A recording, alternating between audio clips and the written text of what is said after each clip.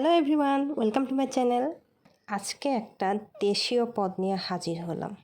সেই পদটা হলো নদীর মলা মাছ দিয়ে আলু টমেটোর তরকারি।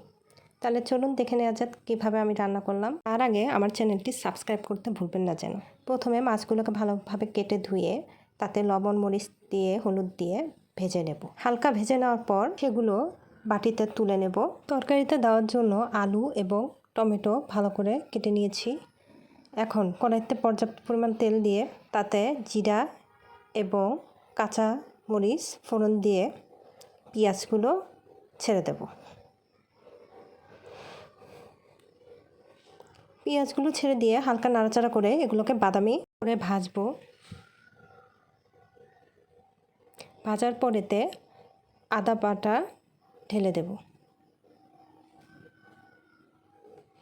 সাথে 1 চামচ হলুদ গুঁড়া, 1 চামচ মরিচের গুঁড়া এবং স্বাদ মতো লবণ দিয়ে দেব। এগুলো দেওয়ার পর মশলার সাথে পেঁয়াজগুলো ভালোভাবে কষিয়ে নেব। ভালো করে কষানোর পরে তাতে আগে থেকে কেটে রাখা টমেটো কুচি দিয়ে দেব, দিয়ে সেগুলোকে ভালো করে কষিয়ে নেব। 1 মিনিট কষানোর পরে কেটে রাখা আলুগুলো ছেড়ে দেব।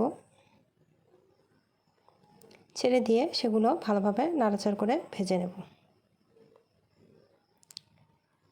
সেই সাথে এতে 1 চামচ জিরা গুঁড়া দিয়ে দেব, দিয়ে ভালো করে নেড়ে 2-3 মিনিটের জন্য ঢেকে দেব। কিছুক্ষণ পরে ঢাকনা তুলে সেগুলো ভালো করে আবার নাড়াচাড়া করে পানি শুকিয়ে নেব।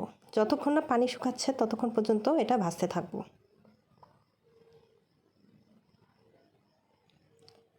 পানি শুকিয়ে ভাজা ভাজা হয়ে গেলে তাতে ঝোলের জন্য পরিমাণ মতো পানি দিয়ে দেব এবং সেই সাথে আগের থেকে ভেজে রাখা নদীর মলা মাছগুলো ছেড়ে দেব। মাছগুলো ছেড়ে দেওয়ার পর ঢাকনা দিয়ে ঢেকে 5 মিনিট রেখে বলক তোলার পরে তাতে ধনিয়া পাতা কুচি দিয়ে দেব। ব্যাস রেডি। সাথে সাথে নামিয়ে ফেললেই তৈরি হয়ে গেল মলা মাছ দিয়ে টমেটো আলুর ঝোল। Thank you for watching.